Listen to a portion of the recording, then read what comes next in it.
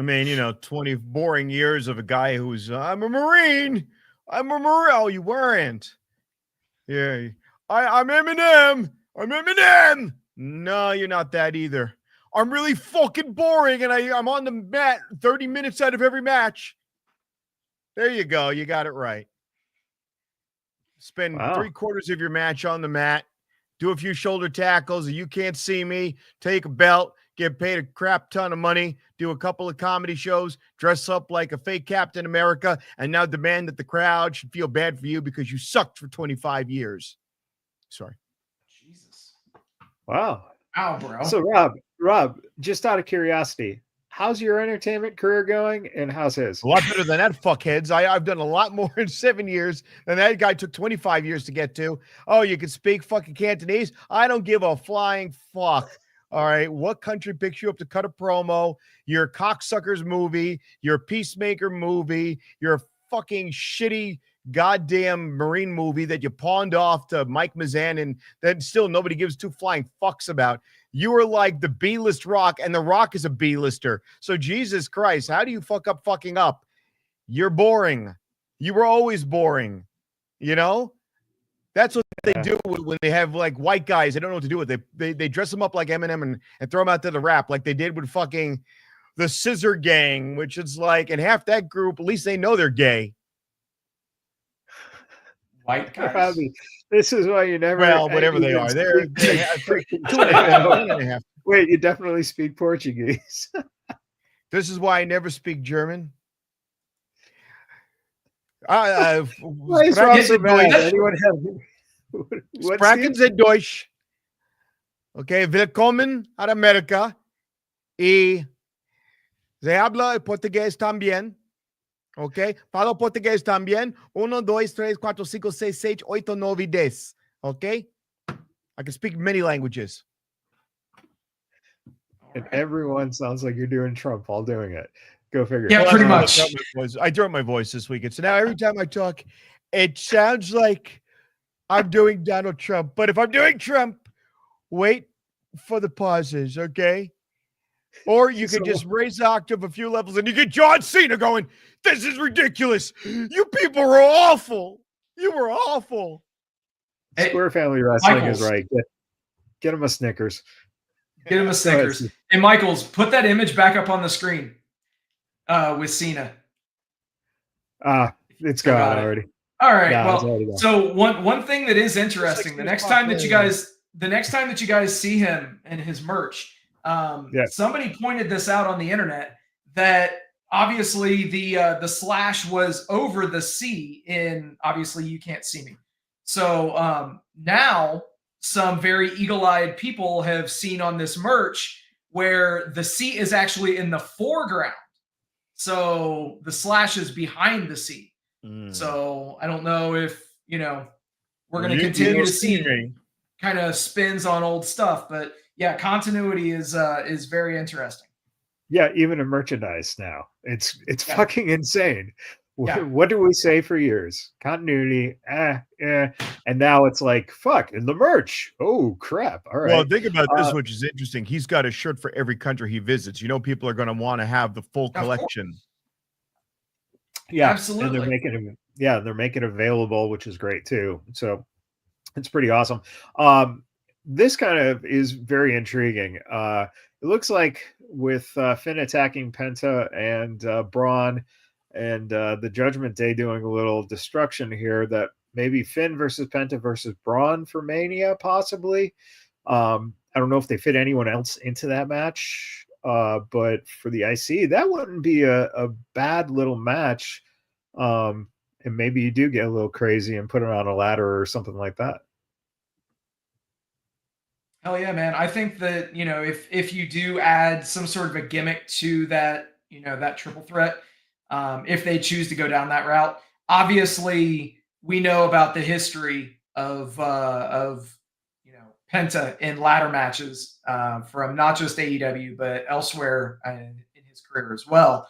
But it would definitely be, I think it would be a great showcase for all three guys for sure.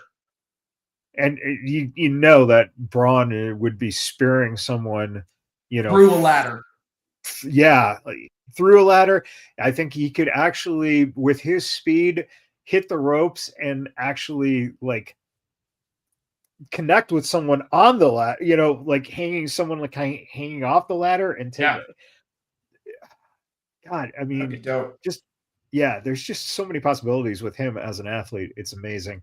But again, these matches are building up to WrestleMania. Some people have been like, well, the undercard, blah, blah, blah. It's not really sad, blah, blah, blah. And it's like, you still got like 2 to 3 weeks of build up. So, you know, and what do you need? You know, it's going to be what, 6 matches a night, maybe? So, you know, you're kind of already almost there. I don't know exactly what they're going to do with, you know, X, Y, and Z. Are we going to see Naomi and Jade, for instance? You know, does that build up to WrestleMania, or do we see it SmackDown before WrestleMania? So a lot of those questions to be answered. I would want that one on WrestleMania, definitely. You would think, right? And that's, you know, because it's technically like the culmination of an angle that they've been running for, you know, multiple weeks and months at this point. Yeah. Also, I definitely figured out a clue of promo putting the 4 and 25 clues together. Could be a sign that mysterious person will show up on SmackDown on Friday, April 25th, Fallout show following WrestleMania 41. That's what it seems like is going to be happening. That's what it does seem like that promo is leading to, and most likely Rusev Machka. Interesting. Black. It's probably Aleister Black. There was something about Rusev being, you know, they have interest in him, but nothing is solid yet. Maybe not till the end of the year. Is he okay with losing to people? Well, I think his paycheck. You bring him back. You got to bring back CJ Perry, though. You have to bring back Lana. Well, they've made up, so yeah, they're supposedly back together again, and Damian Priest is still in the Fed, so that could be interesting. Right, you just put him on the different show. Jim says someone on the ladder at the top, and he spears him through the ladder. Yeah, there's so many different things that could happen. And Travis says 6 matches because there are after dark parties. Yeah, there's a lot of WrestleMania like DJ shit going on. It's gonna be kind of fucking insane. All right, here we go. Athena's streak is broken. She's finally been on AEW, a main program, after however long she's had that belt, plus the prior time that she was in the company. So what, 3 years in the company, something like that? Here's the thing. Mercedes Moné's promo was pretty shitty. And thank God Athena came out. Yeah, I completely agree. I mean, we've been clamoring for her to appear on actual AEW programming, wondering why she was exiled to Ring of Honor. And Athena shows up, obviously not on Dynamite, not on the A show. They have to have it on the B show. But I mean, even still, you know, it drew some pretty great crowd reaction. So I know that Tony listens to that shit. So yeah, make note of that. Have her on Dynamite, and why not put the TBS title on her at All In Texas, and you know that'll allow her to run the TBS title division, and Mercedes can move on to feuding with Toni Storm, I guess. I don't know, Rob. Do you think that would happen, or do you think that it's Mercedes once again making her powerful? It's impossible to have a Mercedes Moné story where she just somehow is completely oblivious that there's a world title that she doesn't have, and it diminishes her character to not have that belt and not want it.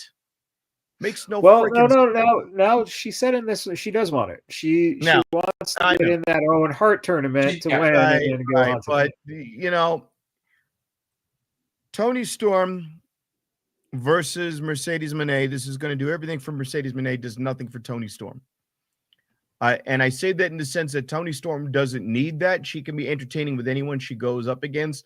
This is to put Mercedes over. You give the belt to Mercedes. You do a rubber match, however you go about it. Mercedes has no character. The CEO thing is not a character. It's not even a gimmick. It's just a title. They need something for her to do. They need something for her to latch on to. If she wants to come out and says, I'm a Hollywood star too, bring up the movies she's done, cool. They need to find something for Mercedes to have, some sort of a hook besides being the female belt collector. That's my take. Well, I think Kevin Nash said it this week. WWE Hall of Famer Kevin Nash says Mercedes Moné has become a lazy wrestler in AEW. Sasha, or whatever her name is now, CEO, I watched her last match, and man, she's phoning her stuff in big time. That's not the same girl I watched tear down the house in Brooklyn with Bayley back in WWE. I mean, that's a fair point. He's not wrong. Yeah. That's not, that's a very, very, very fair point. Every one of her matches is get to the Meteora spot. Right. Yeah. That's it. Rob has spoken 3 different languages before he did one Trump impersonation. Je m'appelle Robert.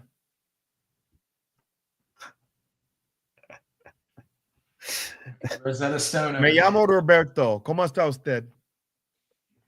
Oh, man. You're going to have to deport yourself, man. Yo sé muchos idiomas. Gracias para su tiempo. Okay, according to The Observer, Warner Brothers Discovery was said to be overjoyed with the ratings for AEW's Slam Dunk Collision. And then with that in mind, AEW and WBD already have plans for all sports and other programming preemptions on Wednesdays or Saturdays for the rest of the year. There's also a plan for dealing with WWE's Saturday night's main event. All right. So they drew like 500,000 on the high end for those after the games. We also probably can figure, because we just saw the numbers, we didn't see the breakdown of time, meaning how long did those numbers last going to the end, right? Right. So the question is, did a lot of that come because TVs were still left on after the games, which happens, especially in bars, if you have, Well, remember, that's when everyone said, hey, man, what happened to Chris Jericho? He got fat as hell because people hadn't seen him in a while. And then here's an NBA game, and the first match was Chris Jericho, 50 pounds overweight with a tank top on, wrestling as slow as he ever did. And then that was what prompted Chris Jericho to work back out again. Also, special props out to that little kid who told him to go fuck himself repeatedly. That was hilarious. That was fucking hilarious. Yes, they built that into like a video package and showed it on Dynamite. No, it was so good. So I mean that they're showing glimpses that they know what to do. They just, I don't know. I never used to think that the social media stuff was that big, but WWE knew how to incorporate it. Every time Samantha Irwin did something amazing or had a pop reaction, it's going to be on social media. And I'm like, whoa, it's even brand forward. Even now, you see these random things from the overseas tour that happen, post match where Punk's interacting with fans or Cody's interacting with fans. It's the same thing. They're picking up on that stuff and putting it right out on social media. And that's, we've been saying that for a long time. That's exactly what they need to be doing at AEW, is taking advantage of that stuff. But you just bumped up your Collision numbers. I'm interested to see what this past weekend's were. But the problem is realistically, I just have to say this. So the 22nd and 23rd, 554 and 584, they actually had double the 18 to 49 demographic as they had in the weeks prior, with a .2 and a .22 respectively. Of course, because it's coming out of basketball. Right. So we'll see what happens. And that's the thing. It's a false number. Unless that number repeats the following couple of weeks, it's horseshit. Right. Now, and obviously, they've mentioned that they're also going to be putting some of this type of a split Collision lineup for the NHL once the Stanley Cup Finals is going. And I see some very interesting things that they have the possibility of doing and it is a benefit of them being in bed with the network and as tightly as they are. Let's be real.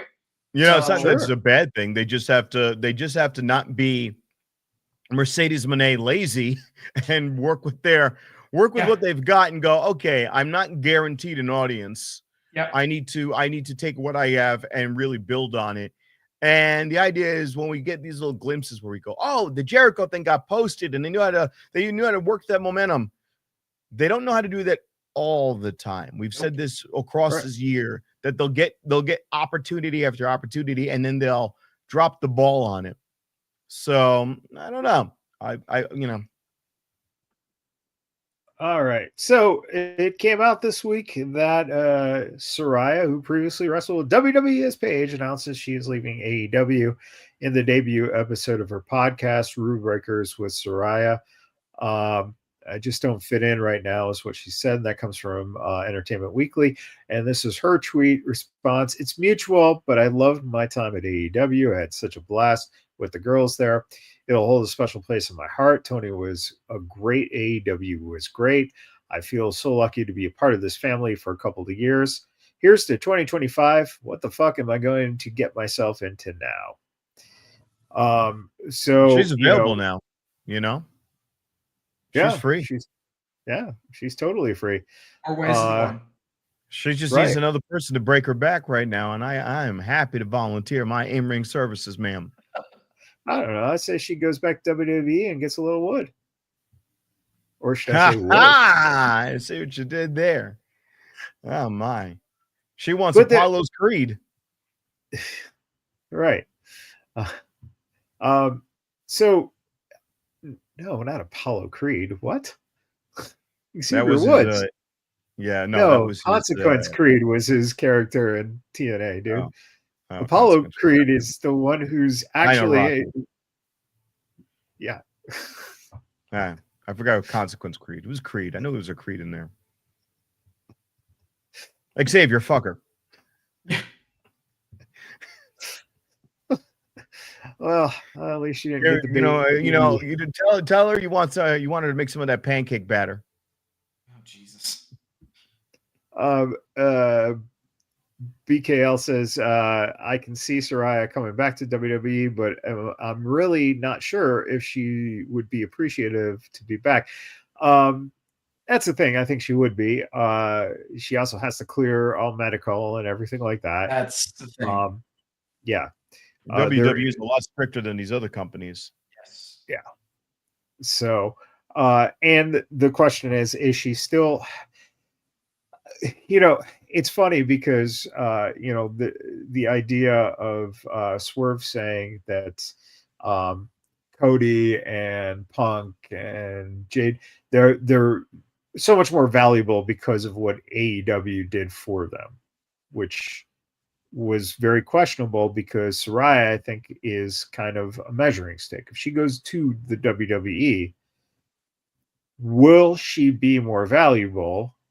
Or was she hurt by the time in AEW? Because for her arrival and the excitement, it was a flash in a pan. It was burnt out so quick, which still makes no sense to me. It's a head scratcher how that just got so mishandled that you took all this momentum and by the end, she disappeared without anyone noticing. It was a shock. It was like, surprise. I mean, WWE's done this before. They did it with Alba Fire and such when they made her the tag champion, and she was in Scotland. And like, all right, they made Saraya the women's champion at All In Wembley Stadium. Fine, that's fine if you take them to their own country and make them a champ. That's fine, but she was a problem. You're forgetting the Outcasts were three women who didn't really merge together all that well. Tony Storm and her, I didn't feel much chemistry there. You had Ruby Soho. What was Ruby Soho's accomplishments? They slammed her hand in the door and she got knocked up. That's what she has to hang her hat on at AEW. Saraya was then hooked up with Harley Cameron and they did a pseudo lesbian angle. And again, it was they didn't find anything for her to do. Even her title run was not memorable at all. She got entered into a match. She won. She was out. Your only woman of any consequence is Britt Baker and Toni Storm. Those are the only women of consequence, and a couple of times maybe Thunder Rosa. Maybe. That's the only 3 women in that company that matter. Hikaru Shida used to matter. Not anymore. Used to. Yeah. Used to matter. Yeah. Her stock is virtually nothing now. She used to be, oh my God, from somebody I did not know out of New Japan to I cannot wait till she gets on to now, whatever. I think that with Saraya, if she goes back to WWE, yes, she's going to get a nostalgia pop, but I don't think that it's going to be anything more than You've that. Still got it. You've still got it. And here's a hot take. I'm not afraid to say it. She had one of the baddest ass themes to come out of WWE for sure. Like that, the music that she had was dope. And yes, people are gonna no in WWE. Yeah. But yeah, I think that she'll get a nostalgia pop, but unfortunately, I don't think that you're getting her stock increase from being an AEW, to answer your initial question. Right. The women in WWE are wrestling at a much higher caliber too. She's not going to be able to physically handle freaking Naomi, even, let alone a Piper Niven or Charlotte Flair. Any of those people, they'll tear her to pieces. No, it's hard to say. It depends. Again, it depends on how healthy she is. But again, she left the WWE in high regards as someone who, the reason she wasn't wrestling wasn't because the character got stale or anything. It's she physically couldn't. And, to see her back, I think it would, Jim's got a good point here. She would fit in NXT. That's not a bad idea. And she would be a great influence in training as well. So, we'll see what happens. But WWE Hall of Fame immortal moment. They're going to induct the Stone Cold versus Bret Hart WrestleMania 13 match. Being at that myself, it is by far the greatest match I've ever seen live. And a lot of it had to do with the storytelling and the actual electricity in the building. It was just amazing that by the end of that match, Bret was the biggest heel and Stone Cold was so fucking over. This actually, I think, is not a bad idea. First of all, the prices on tickets are fucking insane, starting at like $250 from nosebleeds for the Hall of Fame. So why not bring out Austin and Bret to, kind of move tickets? Yep. Good idea. It makes sense. And, I haven't attended the Hall of Fame in recent Mania trips that I've gone on, just because I prefer to watch that from the comfort of home, particular part of the show. But yeah, this, if I was kind of on the fence of whether or not I was going to go to the Hall of Fame or not, having the possibility of seeing Stone Cold again or Bret Hart or, these types of guys, I think that might influence people to make that buying decision, which makes all the sense in the world. Yeah. And they probably were just waiting for confirmation of both guys. So when they announced the tickets, they probably had a good idea that was going to be the case. And that's probably why they were able to charge so much. So, Rob, are you going to dish out, $300? Oh, come on, Rob. Oh, Sid 316 says, I don't have the budget. Fair enough. Okay, this week on TNA, we got Gigi and Tatum. They lost their championship match, but got Ash to eat some cake by slamming her face in the cake. I just love those spots where you see a cake come out and that it's going to end up with the heels getting a face full of cake. Whatever happened to women in wrestling in a face full of pie? Well, again, Saraya is headed back to WWE, so we'll see what. In all honesty, Toni Storm is the closest to that thing happening right now, because every fucking promo she cuts now, she just has to go and throw some kind of lesbian thing out there. Innuendos are through the roof. Yeah, because why not? But that was a nice little thing to see on TNA. It was fun. JC Jane also lost. And we got a moment where we saw JC and Tessa kind of standing next to each other as they're rocking up the ramp. If Tessa goes to NXT at some point, man, that would be an amazingly cool tag team. So I would love to see that, coming up. If that kind of goes down. But we did see all Ethan Page, all ego Ethan Page. He worked the second TNA taping at St. Joseph, Missouri today. And then this guy said, is the move from AEW really now paying off for this future world champion in WWE? That comes from an AEW pro site. Here's the thing. Steve, I give you a shit, but I also know that you will say things positive or negative, based on the reality. Yeah, thank you.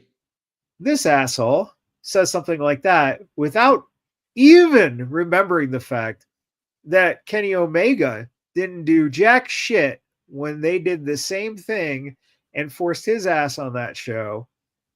What happened? I mean, it's just utter bullshit to, bring up this kind of stuff when Ethan Page's relevancy in the WWE has actually been something, where his relevancy in AEW was nothing. And you could have put the guy on TNA, since he was in TNA back when they did that thing, and, had some kind of story there or whatnot. But, what you're going to get here in the commentary is a mention of the fact that Ethan Page used to be there.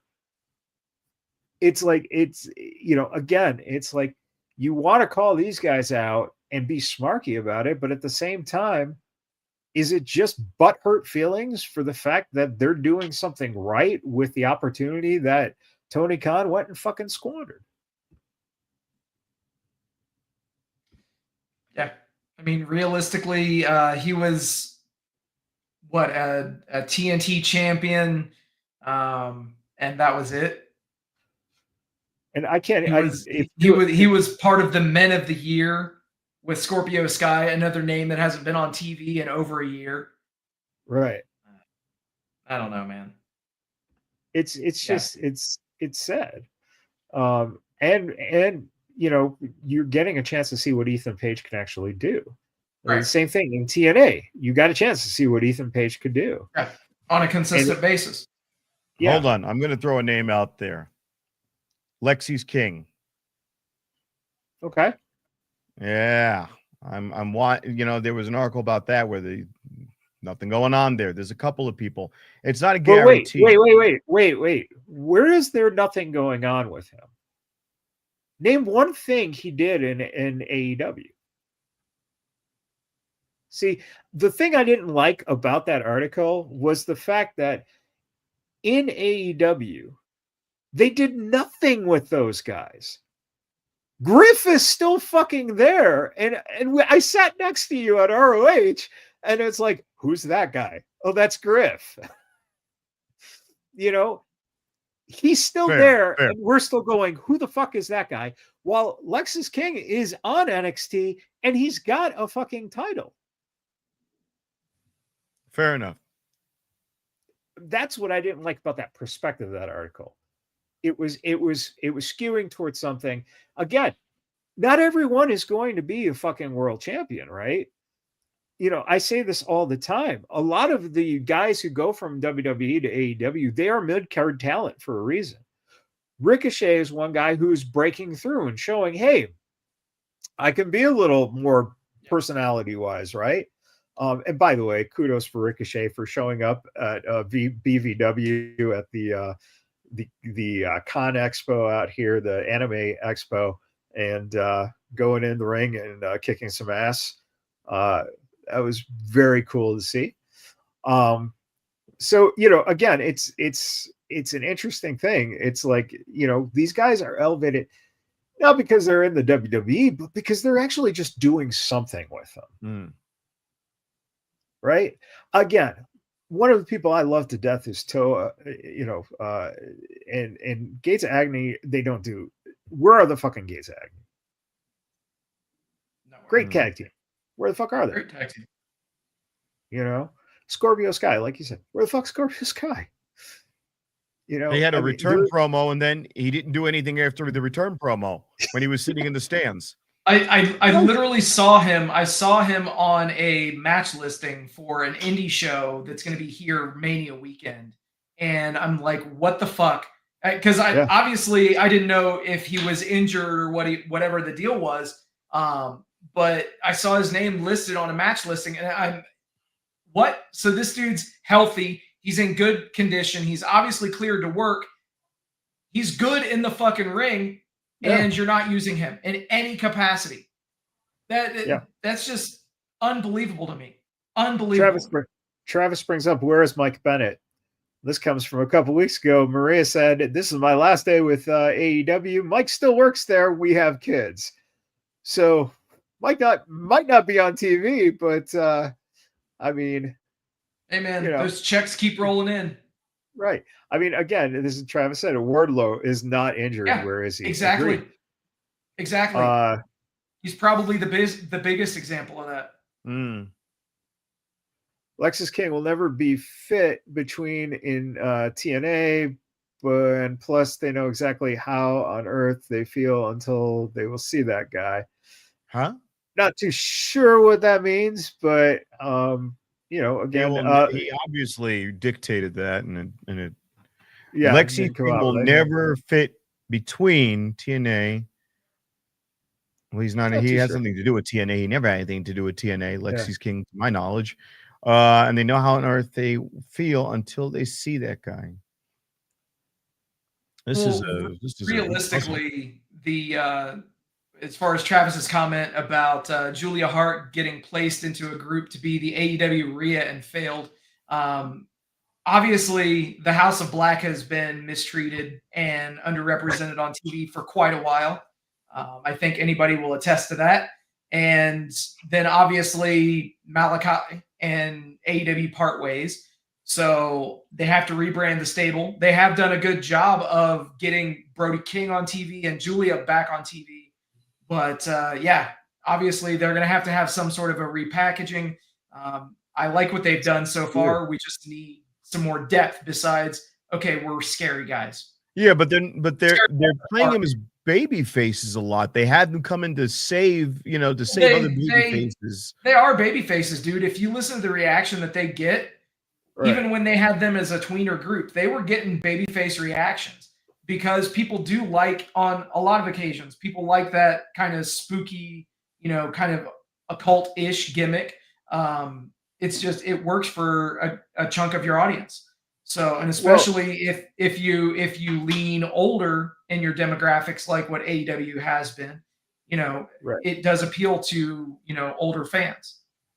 What's interesting is we're talking about sidelines, and okay, Deonna Purrazzo is the latest AEW talent to join the catering team. During a Q&A episode of Fightful Selects podcast, Sean Ross Sapp was asked about Purrazzo's recent absence, whether her college schedule was a factor. Sapp shut down that theory quickly. Her college obligations have never interfered with her AEW bookings or anything like that.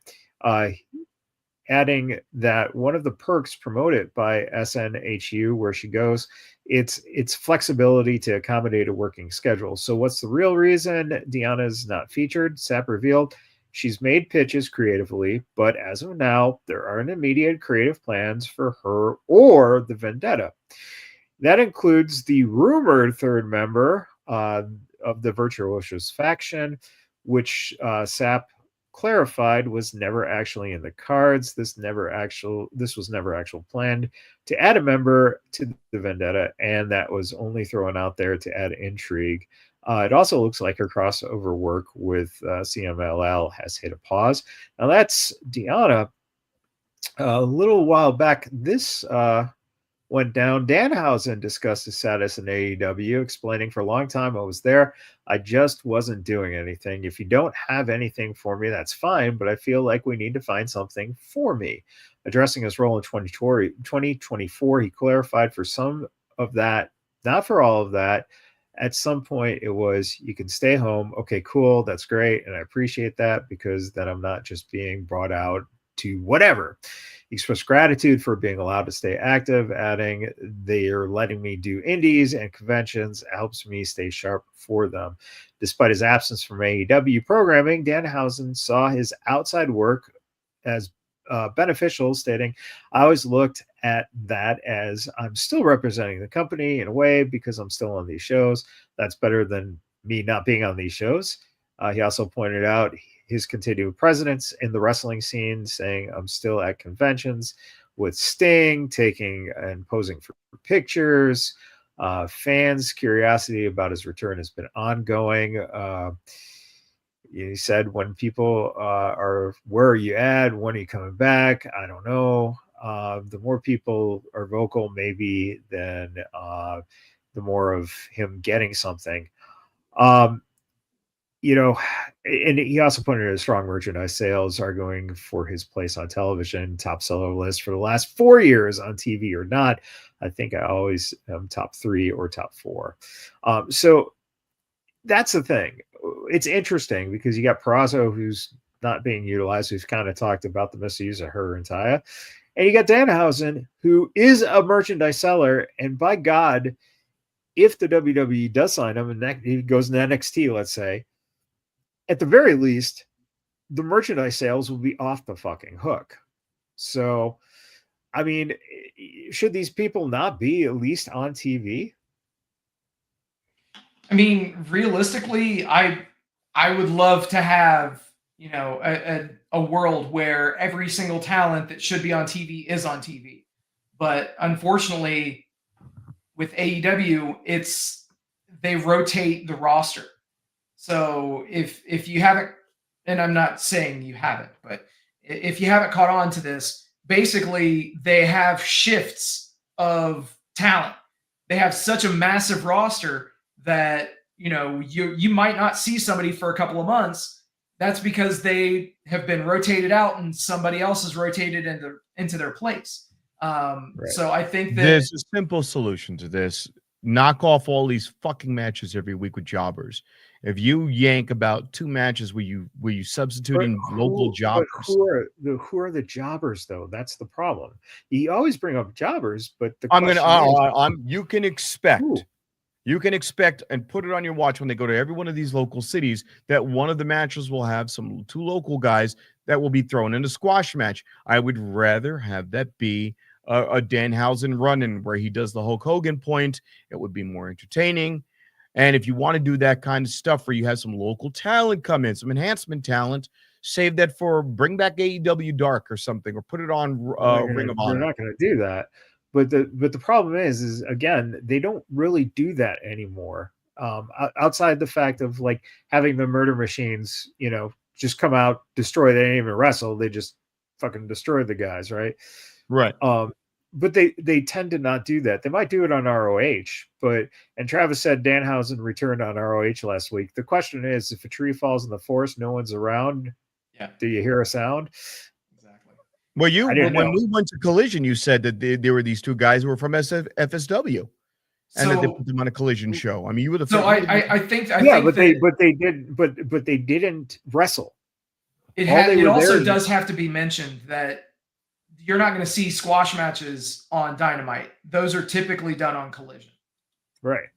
Fair enough. But that's time that could be spent to bring some of these guys, give them their 5 minutes that they're deserved, that they're going to in turn use to sell merchandise on your website. I mean, this doesn't take a rocket scientist. It's not hard to do. A lot of what we complain about with AEW are simple blatant mistakes. If the guy is a top seller for you, put his dumb ass on the screen. All he has to do is show up the conglomeration. Why wasn't he with the conglomeration? And just go, it's not hard. It's super simple. It is as simple as it was, just as I just stated it. That easy. Put them on. Fine. You have the time slots. You easily have the time slots. I don't work in that company. I can assure you that they have the time to squeeze Danhausen in for 5 minutes once a week. It ain't freaking hard. Especially when you have conglomerations of slapped together tag teams, and that guy's the most entertaining guy you've ever had, who doesn't even have to put in that much physical work. I think that one thing that we need to keep in mind too is, there are possibly some political things behind the scenes as well that we might not know about involving, let's say, Danhausen. I know lots of political things that go on behind the scenes. We're going to make it happen. We are going to do this for the American people. We're giving him 10 minutes. I'm challenging you, Tony Khan, to give Danhausen 5 minutes on each of your programming and 20 minutes on Ring of Honor, since that will still be the most interesting 20 minutes that anyone's ever seen. Yeah. Chris says the Bucks are just mad that Danhausen outsells them, so they don't get you don't get time. It could be, man. All right. Speaking of things, hello, ooh, Linda Hogan, looking very yeah. Rob, here she's single. Linda Hogan recently opened up emotionally about the turmoil within her family, breaking down as she described the situation. My family's in the worst mess, she admitted. She specifically spoke about her strained relationship with her daughter, Brooke. Hogan revealing that they've been estranged for nearly a decade. Brooke doesn't talk to us. She had twins. She got married. She didn't tell us, Linda shared. She further explained that a major fallout between Brooke and Hulk Hogan led to her also being cut out. She had a huge fight with Terry. I don't know how that reflected onto me, but she cut me out too. I haven't talked to her for 7 years, almost 8 years now.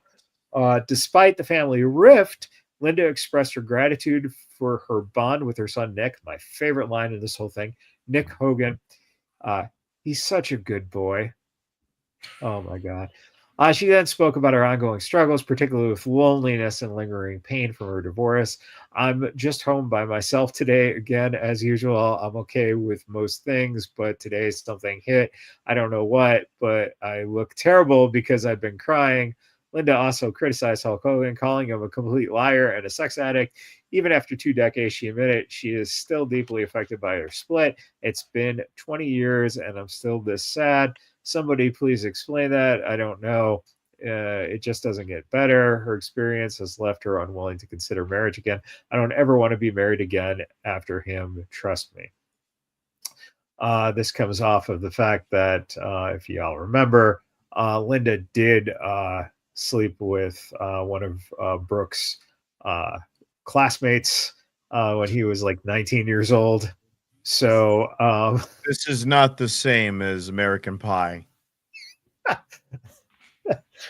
No, this is not Stifler's And why does mom. Linda look like Terry and Terry look like Linda? Travis, so Linda Hogan equals Sunny 2.0, definitely.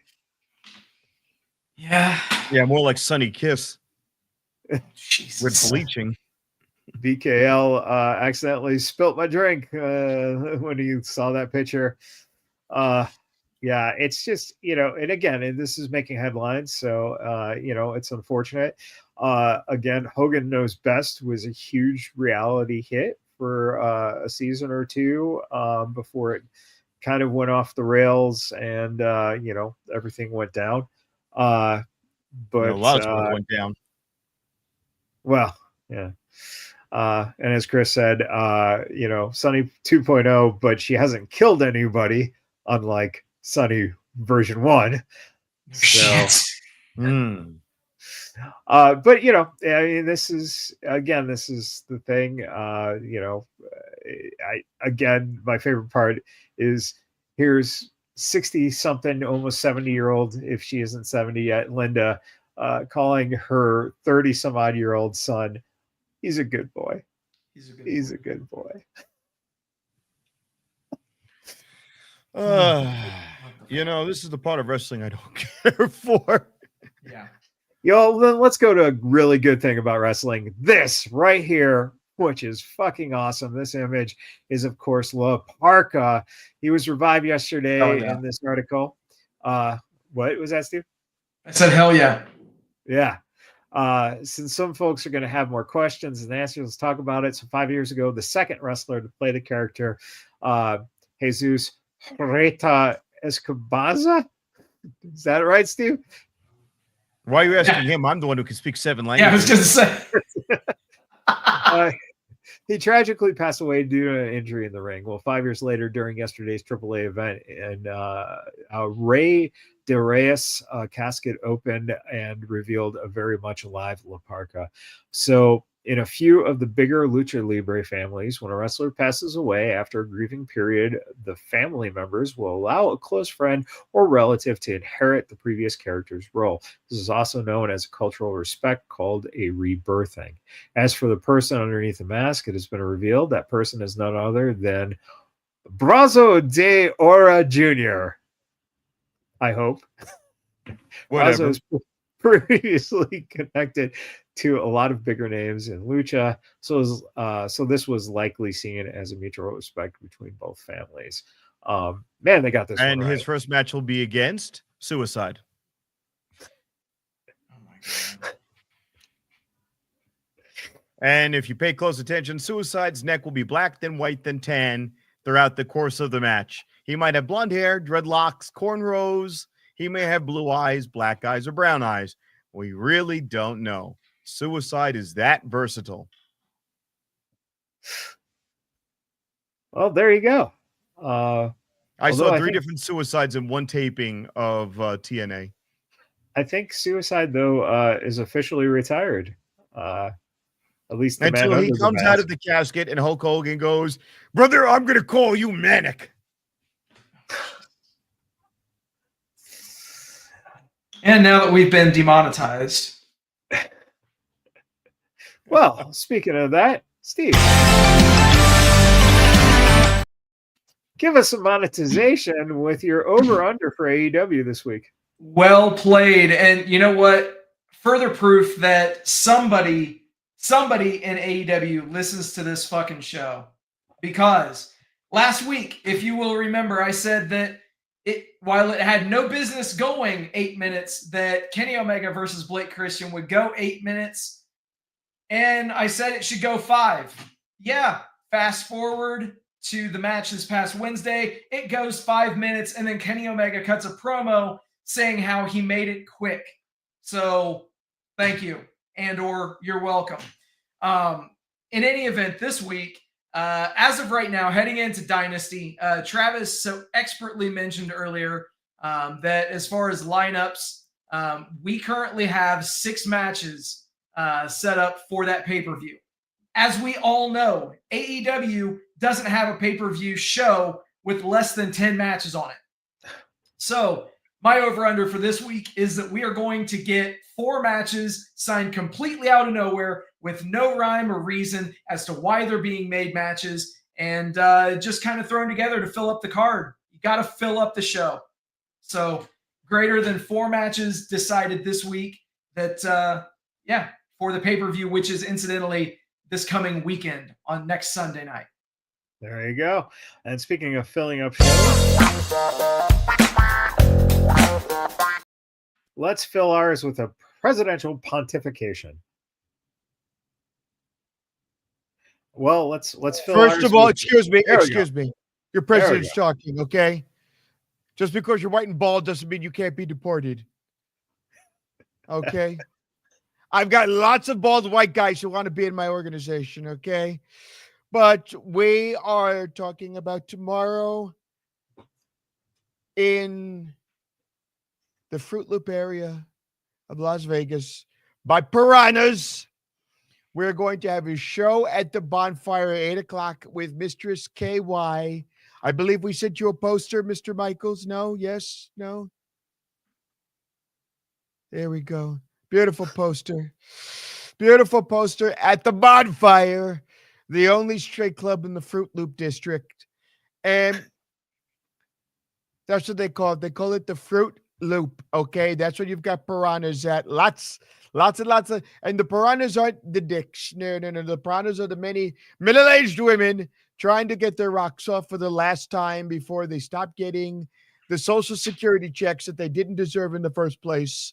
Okay. Where you're getting, this is where the money's going to, is some guy named Paco's G-string. It is so sad. It is so insulting that this is what our hard-earned taxpayer money is going for. So for the benefit of Americans everywhere, no more Social Security checks to little Meredith, okay? If you want to see Paco's package, then you're going to have to get the job of being a greeter at Walmart, and then you could go back to living in your studio apartment with pictures of your kids on the wall that you haven't spoke to in 10 years.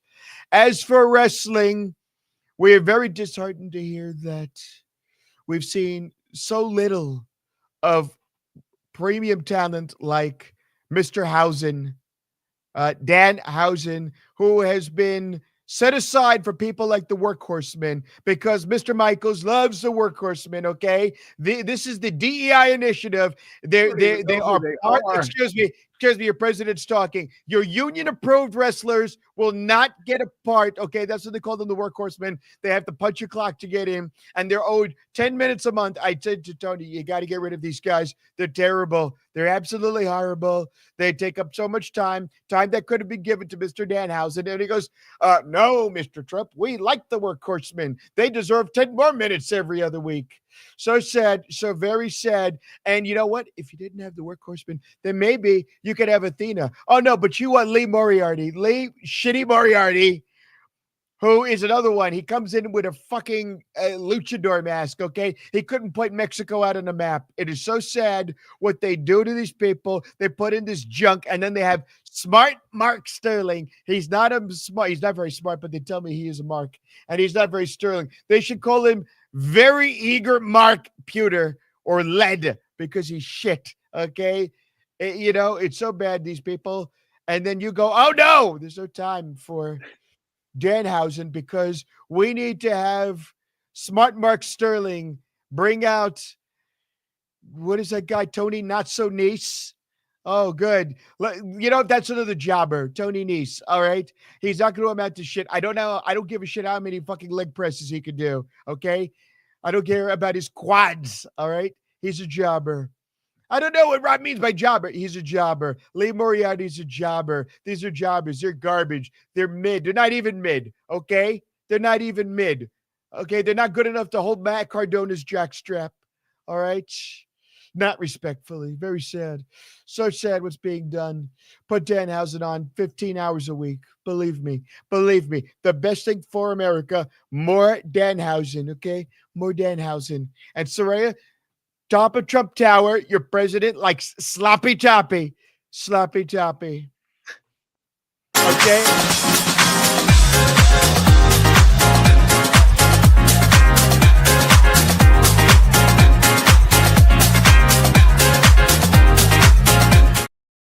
Okay, time for a social media dump. Let's start with Chelsea Green's newest shirt, the tribute to Cactus Jack, that wanted dead or alive. Oh, man, Chelsea. We could dump on her. A little throwbacks again. Here we go. Bailey and John Cena. How about Bailey and Bret Hart? Little Roman Reigns and Hulk Hogan, and Roman's, I think that's either his dad or his uncle. It's one of the two, right? It's like Sika. Yeah. Or Rafa. Oh, look at him, and Macho Man and Elizabeth. Roman, it looks like he is yawning. And of course, the little special boy and his wrestling idol Sting. Can't go wrong there. Got a shout out to Chris Jericho, who donated $1,000 to the family of Vince Steele after his tragic death due to medical issue during a match that happened, I think last week or 10 days ago or so. So again, Chris always steps up, and it's much appreciated. This was a great photo. Tom Morella, they're playing Magic the Gathering with Vince Vaughn and The Big Show. Awesome. I don't know if those words ever would come out of my mouth together like that, but that is a one hell of a nerding out game right there. Looks like Dungeons and Dragons are playing. Or Dungeons and Dragons is one of them. It's speaking of nerds, thank you, Rob, for clarifying that. Izzy Moreno, little Izzy, who was Bailey's biggest fan, got into it with Mercedes this week.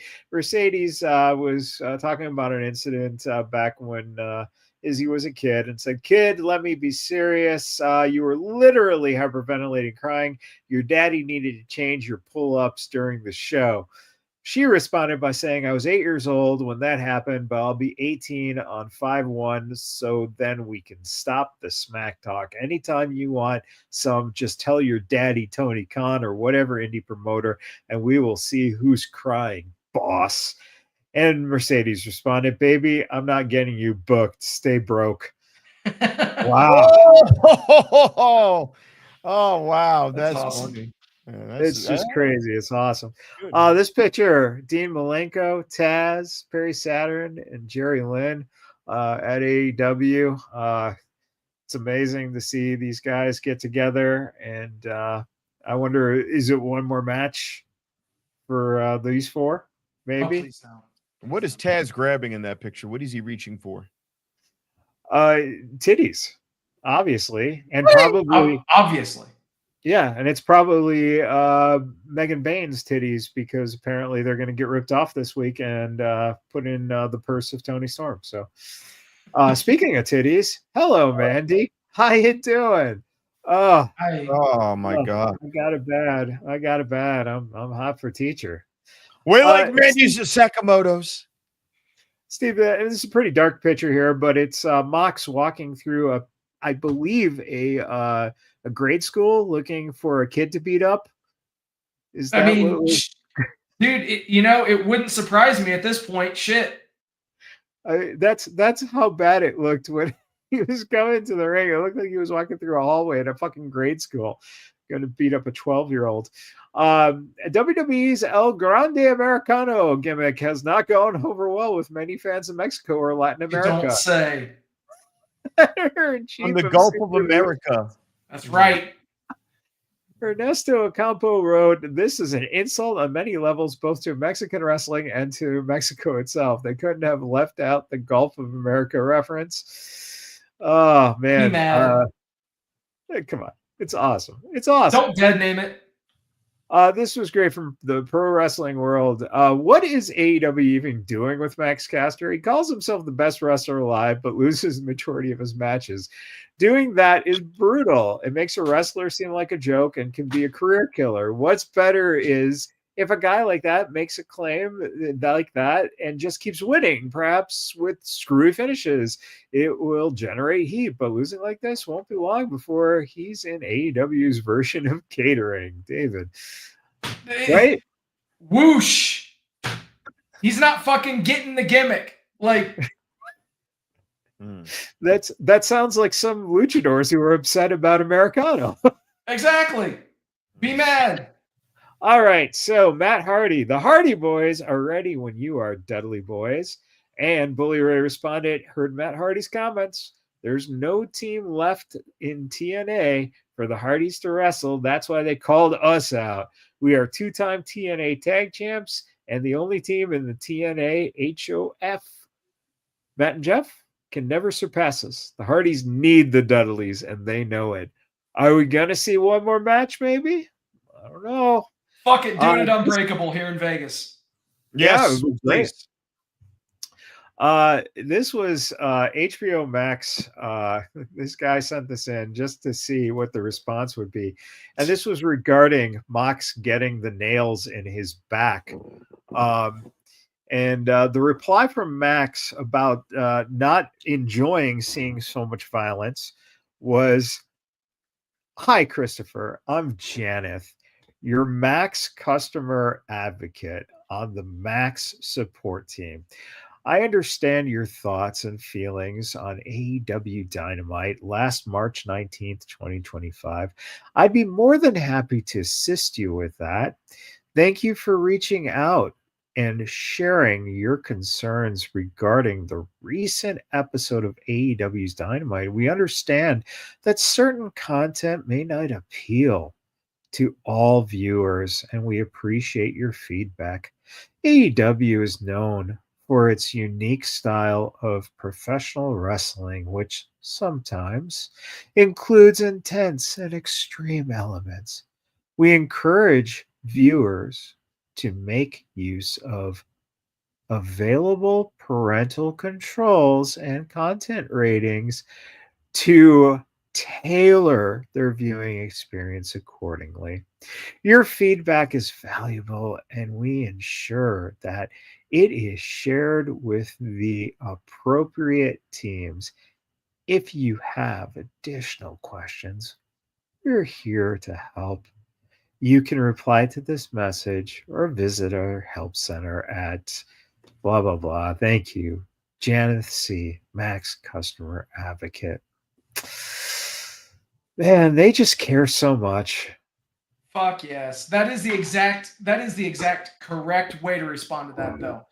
Because legitimately speaking, if you allow a content distribution platform or a network to have a say in angles or spots or creative, any of that stuff, it sets a terrible precedent that they should not go down at all. So I wholeheartedly seriously than you should. Hey, no, legitimately though, like I go fuck yourself. Be mad. Hi, sir. We realize that you have no life, and we would like to offer you the ability to go fuck yourself. Yeah, exactly. And acknowledging that there are so many choices of television to view and so many wrestling platforms, we give you the option to view one of those other programs. And maybe you might have access to a billionaire wrestler trust fund baby. And maybe you'll get him to take your advice under regards. But otherwise, sir, please go fuck yourself. Now, enjoy Game of Thrones. Good family, wholesome entertainment. Hey, speaking of good, wholesome family entertainment. Oh, God. Oh, God. And he's got the beer belly and the man titties. Oh, God. He's got middies. Right. Princess Hogan. Middies. Oh, Jesus. Princess Hogan. Hey, what do you have to say about that, Iron Sheik? Fuck the Hulk Hogan then. Fuck the Hulk Hogan now. Fuck the Hulk Hogan forever. No, you got to do it the way he goes. Fuck Hulk Hogan. He is faggot. Fuck him then. Fuck him now. Fuck him forever. He is faggot wrestler jabroni. Fuck him. I just Speaking of weird shit on the internet, Cody Rhodes and Sean Spears in 2006. Down in OVW. One of those guys is a superstar now and a hero amongst, I guess, popular culture. And the other guy is Cody Rhodes. I knew you were going to do that. Referee Jessica Carr made her debut in Evolve under the name Calyx. So catch that on Evolve. She's under the mask. And, man, she's fucking awesome, man. She's just amazing. This was great. Blue Meanie, public service announcement. Please keep tagging me thinking this is real. It's not. It's funny, but it's not real. I'm flattered, though. That's right. Dr. Pepper is collaborating with wrestling legend, the Blue Meanie, for limited time Blue Pepper release. It's not true, but it's fucking awesome. We have 4 pictures here. This is Rey Mysterio, Ricky Steamboat, Tito Santana, and of course, fucking Nicholas. Yeah, Nicholas. Yep. These are partner. Yep, these are the only 4 wrestlers in WWE history never to turn heel. Wow. Stone Cold Steve Austin, right there, ladies and gentlemen. HBK, Triple H, Val Venus, Mankind, Chris Benoit. Oh, dude. Oh, Jesus. Also, Chris Benoit. You're going to hell for that one, dude. I have not. Oh man. Bret Hart. Speaking of Bret Hart, here he is recently, a picture of Bret. I'm happy to announce that this week, Bret has joined Metallica. Oh, God.